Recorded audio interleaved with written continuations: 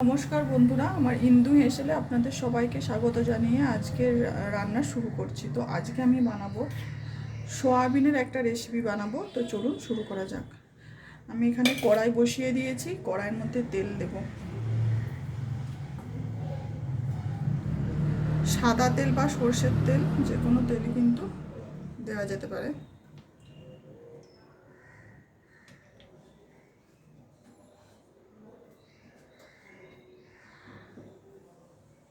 তেলটা আমার গরম হয়ে গেছে। এখন এই তেলের মধ্যে তেজপাতা, শুকনো লঙ্কা আর গোটা জিরে ফোড়ন দিয়ে দেবো। আলুগুলো দিয়ে দেবো।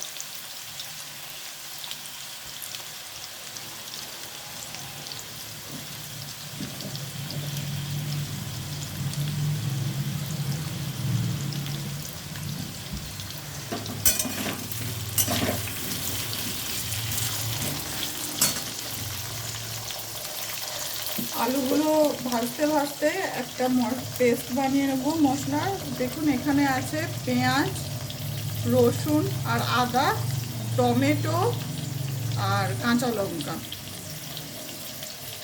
এই সব কিছু একসাথে আমি একটা পেস্ট বানিয়ে নেব। এখন আমি এই আলুর মধ্যে দিয়ে দেব লবণ। পরিমাণ মতো লবণ দিয়ে দিলাম।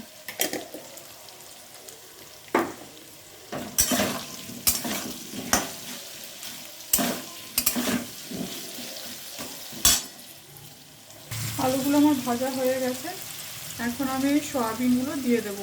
আর সয়াবিনগুলো আমি গরম জলের মধ্যে একটু লবণ দিয়ে সয়াবিনগুলো আমি 10 মিনিটের মতো ঢাকা দিয়ে রেখেছিলাম। তারপরে জলটা নিগড়ে নিয়েছি সয়াবিন থেকে। তো এইটা এখন দিয়ে দেবো সয়াবিনগুলো। গ্যাসটা মিডিয়ামে রেখে, লো টু মিডিয়ামে রেখে আমি ভালোভাবে কষিয়ে নেব।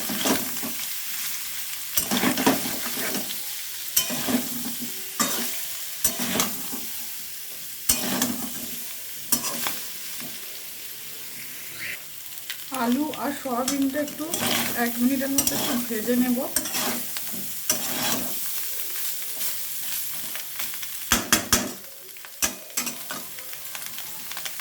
আলু আর সয়াবিনটা আমি ভেজে নিয়েছি। এখন আমি এই মশলাটা দিয়ে দেব।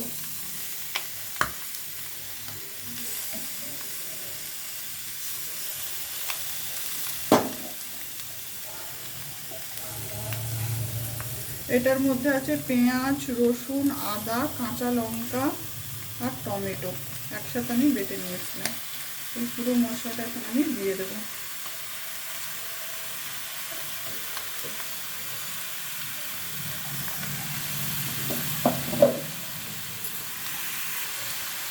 ভালোভাবে মশলার সাথে এটা করতে থাকবো।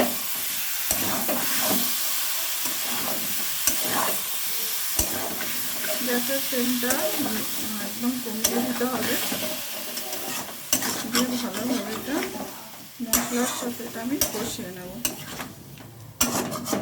ঠিক যেভাবে মাংস কষানো হয় সেইভাবেই কষাতে হবে এটা।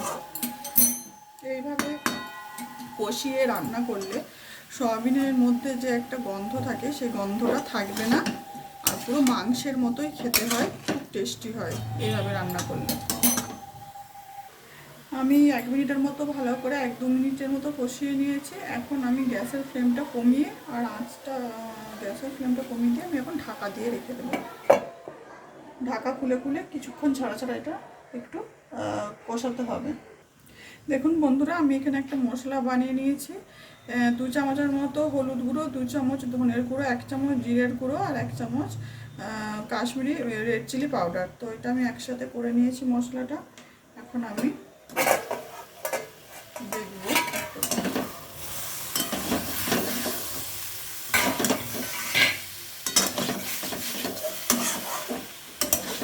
এখন এটার মধ্যে আমি মশলাটা দিয়ে দেব,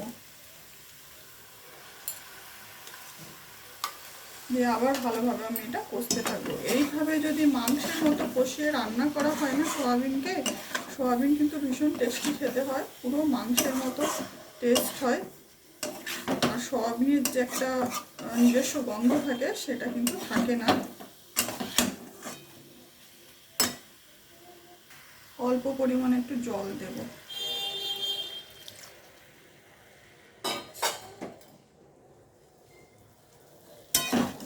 ভালোভাবে কষতে থাকবো। গ্যাসটা মিডিয়াম টু হাই রেখে ভালোভাবে সয়াবিনটা কষিয়ে নেব। কষাতে কষাতে আমি দিয়ে দেব চিনি। এই ছোট চামচের 2 চামচের মতো চিনি দিয়ে দিলাম।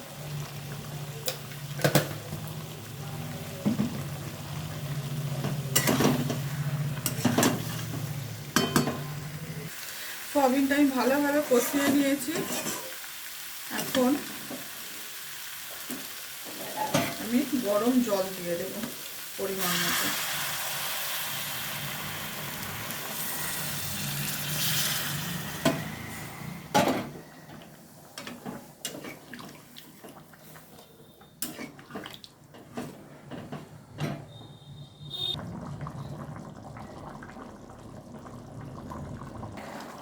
আমার তরকারিটা হয়ে গেছে।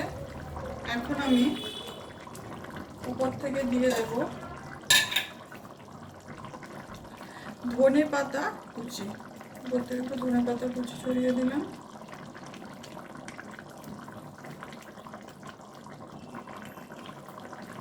আর আমি দেব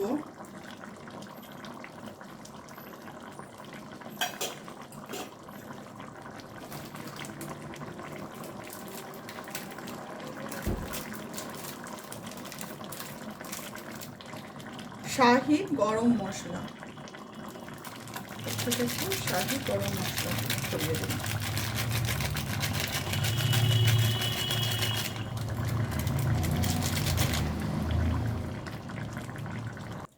দেখুন বন্ধুরা, আমার রান্নাটি হয়ে গেছে। তো আজকের মতো এই পর্যন্তই আমার রান্না। তো দেখা হচ্ছে পরের কোনো একটা রান্নাতে। তো সকলে সুস্থ থাকবেন, ভালো থাকবেন বন্ধুরা। নমস্কার।